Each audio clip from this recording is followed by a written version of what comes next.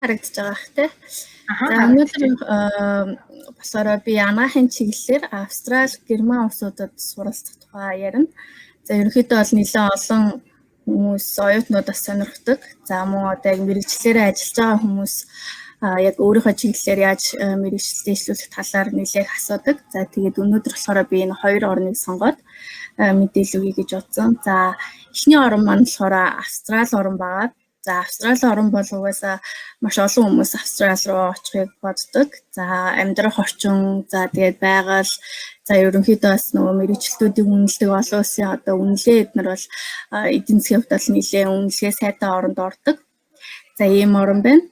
За Австрали улсад хэрвээ яг нөгөө анагаахын чиглэлээр суралцъя гэх юм бол оюутнууд ер нь бол төсөлтийн өмнөх буюу одоо анагаах ухааны бакалавр, за ерөнхий мэдээллийн бакалавр гэсэн хөтөлбөрүүдэд хамрагдах боломжтой.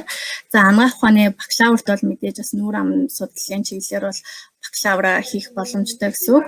За мөн одоо яг мэрэгчлэрээ ажиллаж байгаа. За бакалаврынхаа зэргийг авчихсан байгаа хүмүүс бол төсөлтийн дараах хөтөлбөрт бол эссэн суралцах боломжтой байдаг.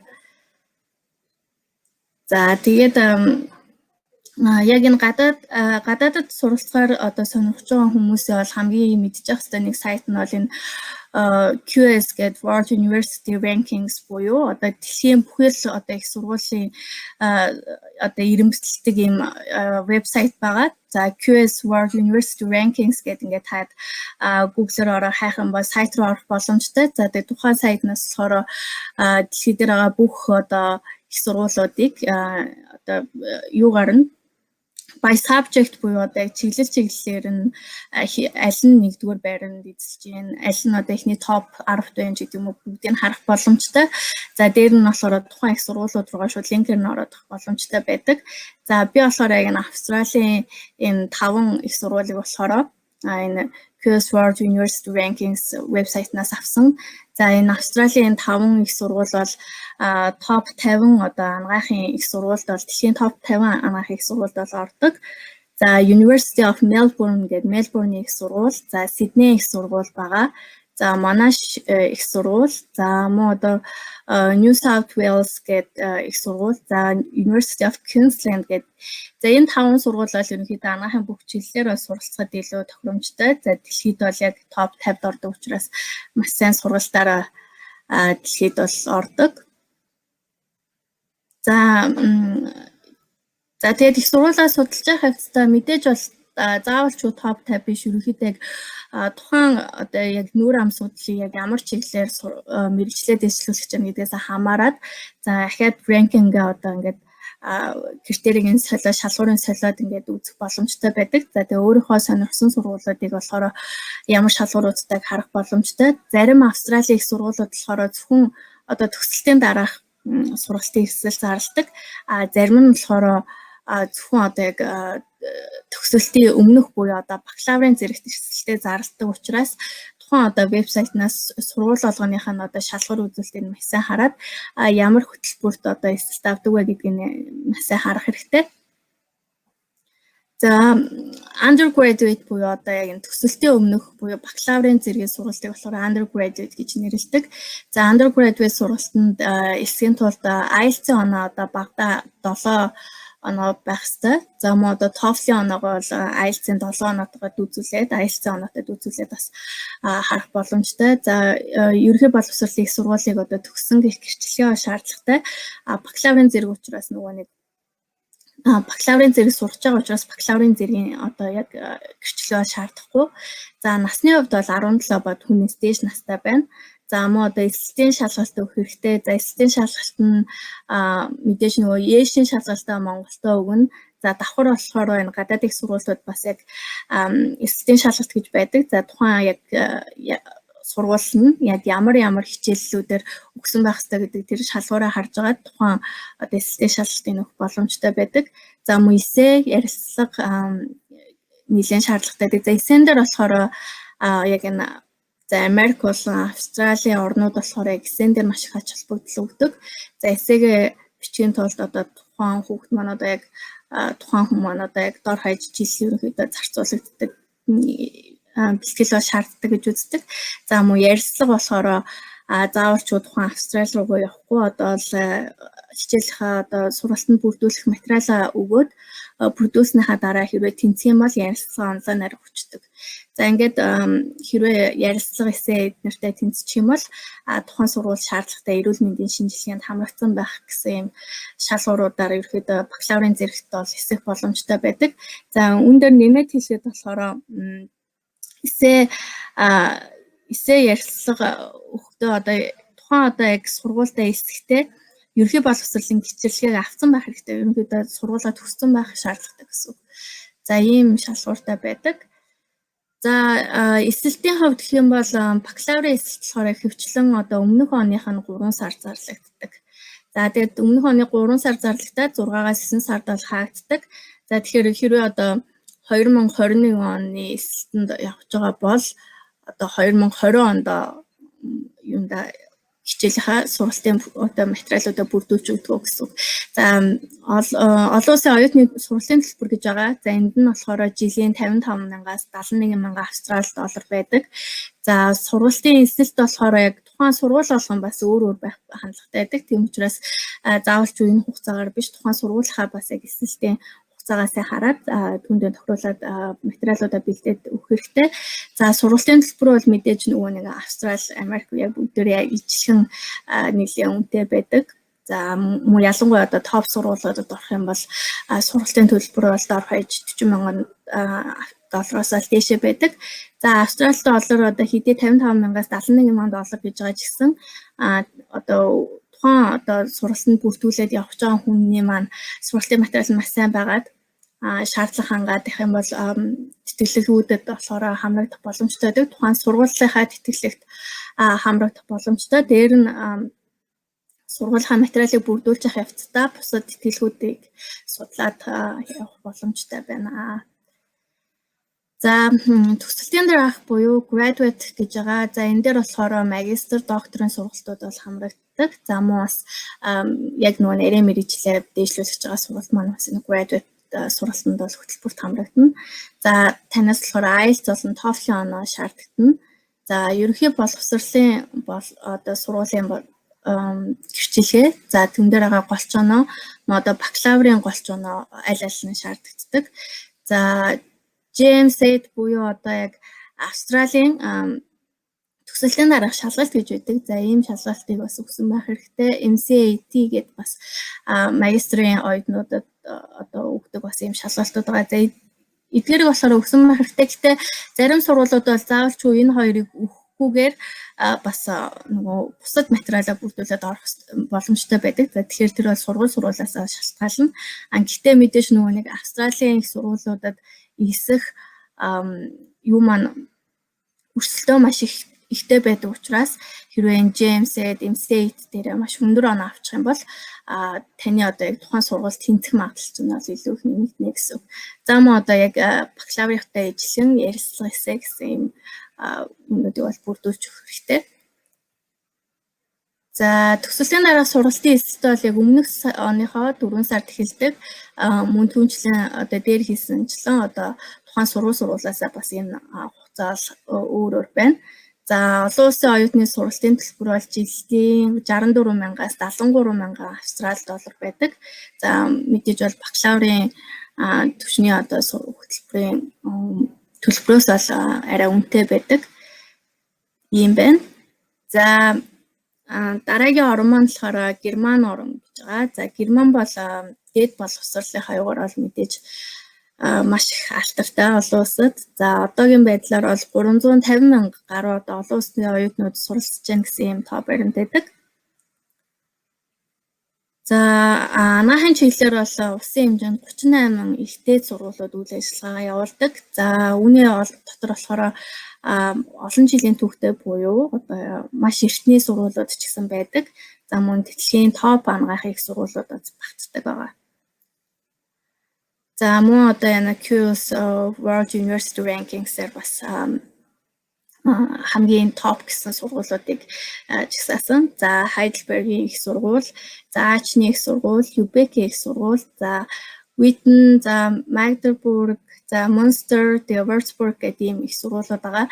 За хэрвээ одоо нөгөө нэг та харж байгаа л www.medvetsig consulting гэдэг манай вебсайтаар орох юм бол яг энэ гадаадд суралцах гэсэн юм тусдаа булан байгаа. За тухайн булан дээр болохоор мөн герман суралцах талаар мэдээлэл орсон. За яг энэ их сургуулиудын бас линкээр нас манай вебсайтаар дамжуулаад ороод мэдээлэлээ нас харах боломжтой. За их сургууль болгон бол мэдээж өөр өөрийн онцлогтой байдаг. За тэгэхээр бас хэрвээ та яг гадаад усад суралцахаар одоо сонирхож байгаа яг өөрийнхөө сонирхлыг тодорхойлоод за тэр чиглэлээрээ их сургуулиудаас хайх хэрэгтэй. За Германы ихтэй сургуулиудын эсэлтийн топ бол жилд 2 удаа зарлагддаг. За бакалавр болон одоо яг төгсгөлийн дараах сургуультай бол ерөнхийдөө аль нь бол яг ижилхэн 2 удаа зарлагддаг. За өвлийн семестр нь бол 7 сарын 15 хүртэл эсэлтээ зарлаад зуны семестр болохоор 1 сарын 15 хүртэл бол эсэлтээ зарладаг. За энэ хооронд болохоор материалуудаа бүрдүүлээд өгсөн байх хэрэгтэй. За тэгэхээр Германы их сургуулиудад эсэд яг юу шаардлагатай байдаг вэ гэхээр хамгийн түрүүнд танаас голч дүн буюу GPA шаардна. За Германы их сургуулиудын бол шалгуур маш өндөр байдаг. За одоо яг сургалтынхаа амжилт нь нэлээдгүй одоо сайн байж тухайн сургуулиудаас эсэх одоо нэг шалгуур нь орж өгдөг. За голч оноо өндөр байх тусмаа бол тэнцэх магадлал нэмэгддэг. За Германы одоо энэ Европ их сургуулиуд яг энэ Австрал, за Америк болон бусад одоо сургуулиудаас яг ямар ялгаатай байдаг гэхээр яг голч оноон дээр илүү одоо яг анхаарлаа хандуулад сургалтын амжилтыг бол нэлээд голчилж үздэг. За Австрал, Америк бол илүүтэйгээр одоо тухайн нийгмийн идэвх юм уу эсвэл одоо яг хүсэл эрмэлзэл эсээ яаж бичиж байгаа одоо ирээдүгөө төлөвлөж байгаа гэдгийг бол хардаг бол Германы Европын их сургуулиуд бол нэлээд хатуу сургалтын амжилт бол хамгийн түрүүнд бол тавигддаг байгаа. За хэлний мэдлэг гэж байгаа. За хэлний мэдлэг болохоор ихэнх сургуулиуд болохоор за герман суралцахыг зорж байгаа хүн бол англи хэл гэхээс илүү герман хэл сурсан байх шаардлагатай гэж үздэг. За герман хэлний төвшин C1 эсвэл одоо хэлний бэлтгэлд одоо очиод хамрагдана гэж одоо бодож байгаа бол B1 төвшөнтэй байхыг шаарддаг. За мэдээж одоо тухайн яг хичээлүүд маань бүгдээрээ герман хэлтэй байдаг учраас бас герман хэлний төвшингээ ахиулахын тулд Монголоос нэлээд олон хүмүүс бас ингээд урт хугацааны герман хэлний одоо бэлтгэлд бол хамрагддаг. За зарим одоо оюутнууд бол 1-р курсээсээ герман хэлний бэлтгэлтэй хамрагдаад ингээд явдаг бол мэдээж одоо 10 жилээсээ сурч байгаа хүмүүс бол бас муу одоо эртнээс бэлтгэх боломжтой гэсэн үг. За шалгалтын оноо гэж байгаа. За суралцах хөтөлбөртэй холбогдлоод одоо тухайн их сургуулиас нь шалгалт авдаг. За мөн одоо өмнө үзэж байсан яг мэргэжлийн хичээлүүдийн мэдлэгийг болохоор герман хэлээр шалгадаг. За энэ шалгалт нь одоо 2 төрөл байгаа. Нэг нь яг тухайн их сургуулиас авагддаг эсэлтийн шалгалт гэж байдаг. За яг бакалаврын одоо төвшний одоо хөтөлбөрт хамрагдчих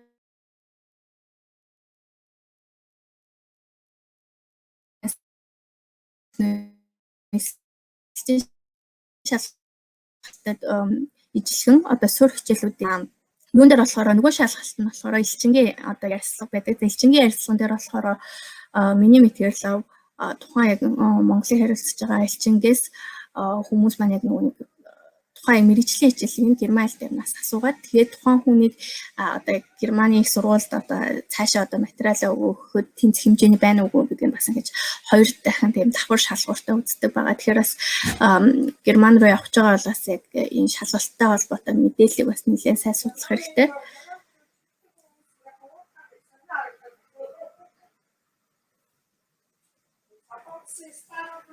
За сургалтын төлбөр гэж байгаа. За одоо ихэнх хүмүүс болохоор нэг одоо эндүү бодолтой байдаг нь одоо Германы одоо ихтэй сургуулийн төлбөр болохоор үнэгүй байсан байдаг гэдэг одоо ойлголттой байдаг. Гэхдээ одоо 2014 онд болохоор Германы засгийн газрын шийдвэр гаргаад ихтэй сургуулийн төлбөрийг болохоор Европын холбооны улсуудын оюутнууд болон одоо олон улсын оюутнууд болохоор төлбөртэй болгосон. За Европын холбооны улсын оюутнууд бол яг бүртгэлийн бол 300 евро төлдөг. За тэгээд бусад одоо олон улсын оюутнууд болохоор жилийн төлбөр нь 1500-аас 3500 одоо евро төлдөг. Мэдээж бол бусад нөгөө нэг орнуудын ихтэй сургуулийн төлбөрөөс бол арай хямд. Гэтэ одоо нөгөө өнгөө сурахаа болчихсон байгаа юм байна. За одоо болохоор юу яач?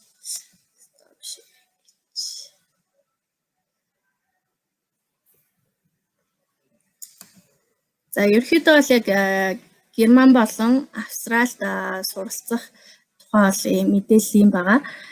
Дээр нэмэлтээр болохоор одоо хүмүүс маань яг их сургуульд ороод яг бүртгүүлээд за шалгалтаа өгөөд тэгээд төвчнгүүдээ яг хамаг юм дуусчих юм шиг ойлгодог. Гэтэл яг эсэлтийн шалгалтаа яг өгөөд за тэнцлээ гэж яах үед бол ерөөсөө таны одоо яг тухайн одоо мэрэгжилтэй эсвэл зорилгооч зөнгөж эхэлсэн байдаг. За энийг болохоор олон хүмүүс ерөөсөө боддгоо. За тэр хүртлээл одоо юу гэдэг одоо IELTS-ийн оноог сайн авна, TOEFL-ийн оноог сайн авна, шалгалтаа сайн өгнө гэсэн бодолтой байдаг. Гэтэл яг тэнцээ сургуультай ортол болохоор нэлээд одоо өөр орчин нөхцөл таныг хүлээж байдаг. За ихэнх хүмүүс дээр одоо гаргадаг алдаанууд нь юу гэдэг вэ гэхээр ерөнхий англи хэлний мэдлэг болон за ерөнхийдөө тухайн одоо герман хэл ч юм уу те ийм юун дээр анхаарад мэргэжлийн англи хэлийг ерөнхийдөө орхитуулах хандлагатай байдаг. Гэтэл яг тухайн их сургууль та юун дээр за магистр доктороор сурлаа, бакалавраар сурлаа гэхэд бүх хичээл чинь болохоор мэргэжлийн англи хэл буюу мэргэжлийн герман хэл дээр ордог. За германд болохоор би нэг юм мартчихад одоо эсэлтийнхаа өмнө болохоор тухайн сургуультай эсэхээс өмнө жишээ нь Германы анагаахын герман хэлний сургалт гэж байдаг.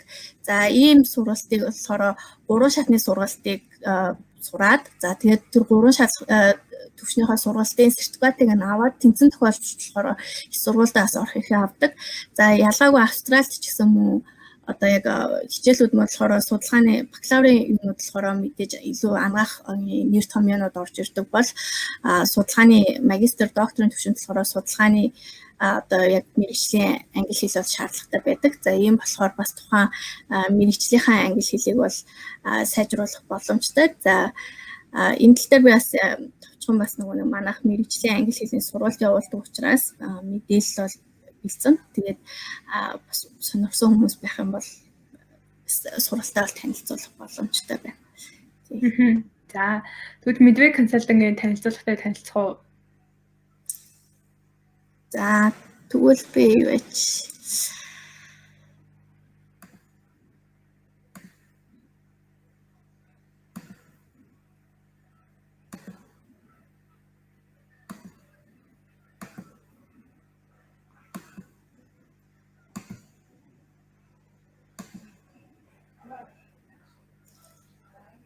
За би өнөөдөр болохоор зөвхөн одоо анагаахын англи хэлний сургалтын талаар танилцуулгаар бэлдсэн байгаа. Та бас манай вебсайт болон Facebook дээр Midway анагаахын болон эмнэлгийн орчуулга сургалт гэсэн бас Facebook-уудээр манай мэдээлэлтэй танилцах боломжтой. Бид нэр ерөөдөө бол яг эмнэлгийн чиглэлээр болон эмнэлгийн мэргэжилтнүүд анагаахын оюутнуудад зориулсан яг мэргэжлийн англи хэлний сургалтыг бол байнга явуулдаг. За мөн одоо яг мэргэжлийн орчуулгыг бол хийгээд нэлээд олон жил болж байгаа. За анагаахын англи хэлний сургалтын үед гэх юм бол манайхс болохоор 4 түвшний сургалт бол явуулдаг. За эхнийх нь болохоор энэ essential буюу одоо анагаахын суурь англи хэл, за clinical буюу одоо эмнэлэг зүйн англи хэл, за research буюу одоо эрдэм шинжилгээний англи хэл, за мөн одоо up to date буюу нарийн мэргэжлийн англи хэл гэсэн ийм 4 шатны сургалтуудыг бол явуулдаг. За тухайн төвшин маань бас төвшин болгон дээр бол явагдах хугацаа бол харилцан адилгүй байдаг. Ер нь харах юм бол жишээ нь анагаахын суурь англи хэл буюу essential шатн дээр бид нэр юу заадаг вэ гэхээр яг анагаахын нэр томьёоны үндэс бол ордог. За анагаахын ухаантай одоо холбоотой өргөн хэрэглэгддэг үгс, за одоо эрхтэн тогтолцооны нэршил, за эмнэлгийн анхны шатны маягт одоо англи хэл дээр яаж бүглэх үү, за одоо олон улсын кредит, за англи хэлнийхээ яг мэргэжлийн холбогдлолтой мэдээллийг унших, бичих, сонсох гэсэн юм чадваруудыг бол хөгжүүлэх тал дээр бол ажилладаг. За манад бол яг одоо энэ сургалтанд Ирланд улсаас, Англи улсаас, мөн одоо Герман улсаас бол сургалтанд бол хамрагдаад байгаа. За мөн Солонгос улсад суралцж байгаа хүмүүс бол сургалтанд бол хамрагддаг. За ихэнх хүмүүсийн яг гол суралцах зорилго нь болохоор яг мэргэжлийн англи хэлээ мэдгүй байна. Одоо тийм үү магистр, докторийн түвшинд орж байгаа судалгаануудын хичээл үүсгэхэд бол одоо асуудалтай байна гэсэн ийм шалтгаанаар бол орж ирдэг. За манайхын суурь англи хэл бол ерөнхийдөө бол дан ганц яг ерөнхий одоо анагааханаас гадна яг нүр ам судлалын чиглэлээр бас суралцж байгаа хүмүүст бол нэлээд хэрэгцээтэй байдаг. За ийм нэлээд англи хэл бол яг илүү яг анагаах тал руу болоод ирдэг. За гадаад үйлчлүүлэгчтэй яаж харилцах вэ? Англи хэл дээр асуумж авах, үзлэг хийх, за мөн шинжилгээ унших, ICT оншийн бичлэг, за ийм нэлээд практик хэрэглэдэг нэр томьёо, за одоо олон улсын кредитгээд, за яг клиникал шатны сургалт болохоор илүү англи хэлний ярианы чадвар дээр суралцдаг. За тухайн хүнтэй үйлчлүүлэгчтэй яаж харьцах вэ? Мөн одоо яг мэргэжлэнтэй хүмүүстэйгээ яаж харьцах вэ гэдэг. За энэ клиникал шатны сургалт юун дээр илүү хэрэг болдог вэ гэхээр би урд нь яг нөгөө нэг эмнэлэгт гадаад харилцаа хариуцсан мэргэжлэнээр ажилладаг байсан. За ингээд бол нэлээд олон эмчнэрийг эмнэлгийн мэргэжлүүдийг бол гадагшаа богино хугацааны сургалтанд явуулчихсан. За тухайн яг эмнэлгүүдэд ч юм уу их сургуулийн яг харьяа эмнэлгүүдэд мэргэжилт дэвшлүүлээд очиход нэг тулгардаг асуудал гэх юм бол тухайн нөгөө нэг эмнэл зүүн англи хэлээр ерөөдөө мэддэггүй. Ерөнхий англи хэлний ярианы чадвар гайгүй ч гэсэн яг эмнэл зүүн дээр ойлголцохгүй байх тохиолдол аягүй гардаг. За ингээд нөгөө хүн маань тухайн орондоо очичоод нэмэлтээр орчуулагч авах эсвэл одоо наашаа одоо яг Монголда яг тухайн эмнэлэгтэйгээ давхар ингэж нөгөө хэлмэрчлэх байдлаар харьцах гэдэг ийм их асуудлууд гарч ирдэг. Тэр эмнэлзэн англи хэл бол ерөнхийдөө яг мэргэжил дэвшлүүлж байгаа богино хугацааны сургалтанд явах байгаа хүмүүст бол илүү тохиромжтой байдаг. За research буюу одоо эрдэм шинжилгээний англи хэл гэдэг ийм сургалт бол яг 3 дахь шатны сургалт гэж байгаа. Ерөнхийдөө бол магистр докторуудад бол хөвчлэн зориулагдсан байдаг. За бакалаврын мэдээж оюутнууд маань бол хамрагдаж болно. За энэ дээр болохоор эрдэм шинжилгээний анагаахын англи хэлний сургалтанд болохоор яг нарийн мэргэжлэр бол яг зааглагддаггүй бүх чиглэлийн хүмүүс бол ерөнхийдөө суралцж болно. За энэ дээр эрдэм шинжилгээний судалгаа өгүүлэлийг унших, за аргачлал, за мөн бүтцийг ойлгох, за орчуулах арга зүй бол орж ирдэг. За мөн англи хэл дээр судалгааны абстрактыг яаж бичих вэ? Абстрактын ерөнхийдөө бас бичих арга зүй бол орж ирнэ. Судалгаанд хэрэглэгддэг түгээмэл нэр томьёо үгс буюу ерөнхийдөө бол яг практик дээр хэрэглэдэг. За судалгааны өгүүлэл унших шаардлагатай. За мөн бас яг судалгааны ажиллаа хийх шаардлагатай үгнүүдийг бол оруулж өгдөг. За мөн англи хэлний унших, бичих, орчуулах чадвар гэдэг яг энэ дээр research буюу одоо энэ 3 дахь шатны сургалтын дээр болохоор бид нэр илүү академик чиглэл рүүгээ ханддаг учраас тухайн яг энэ сургалтанд хамрагдаж байгаа хүмүүс маань ерөнхий англи хэлнийхэн төвшин нь дунд олон дундаас дээш байх гэсэн юм шалгуурыг бол тавьдаг байгаа.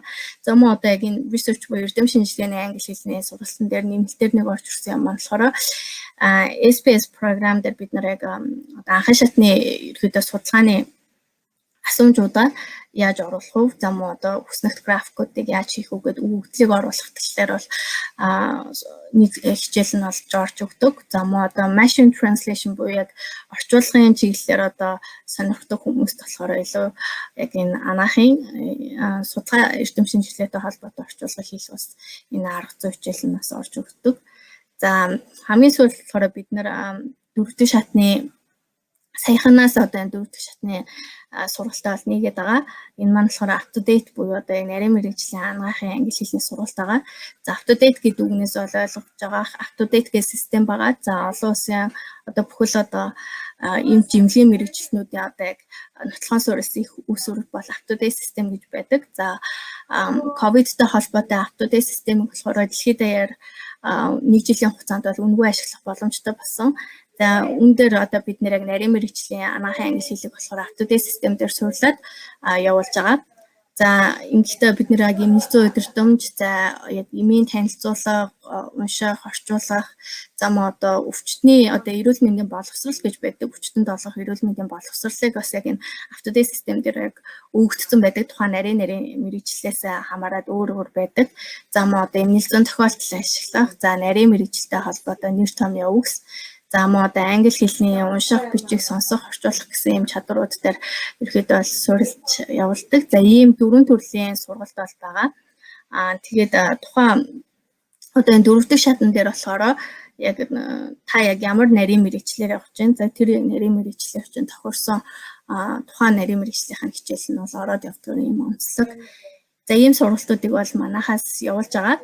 Тэгээд сургалтай холбоотой бас яг илүү дэлгэрэнгүй мэдээлэл авахыг хүсэх юм бол түрүүс яг манай вебсайт байна. Энэ www.midwayconsulting гэсэн юм вебсайт байгаа. За мөн одоо info@midwayconsulting гэсэн имэйл хаягаараас явуулж болно. За мөн одоо манай сургалтын төвийн 2 утас байна. За энэ утастаас холбогдоод сургалтай холбоотой мэдээлэл авах боломжтой. За юм байна. За баярлалаа.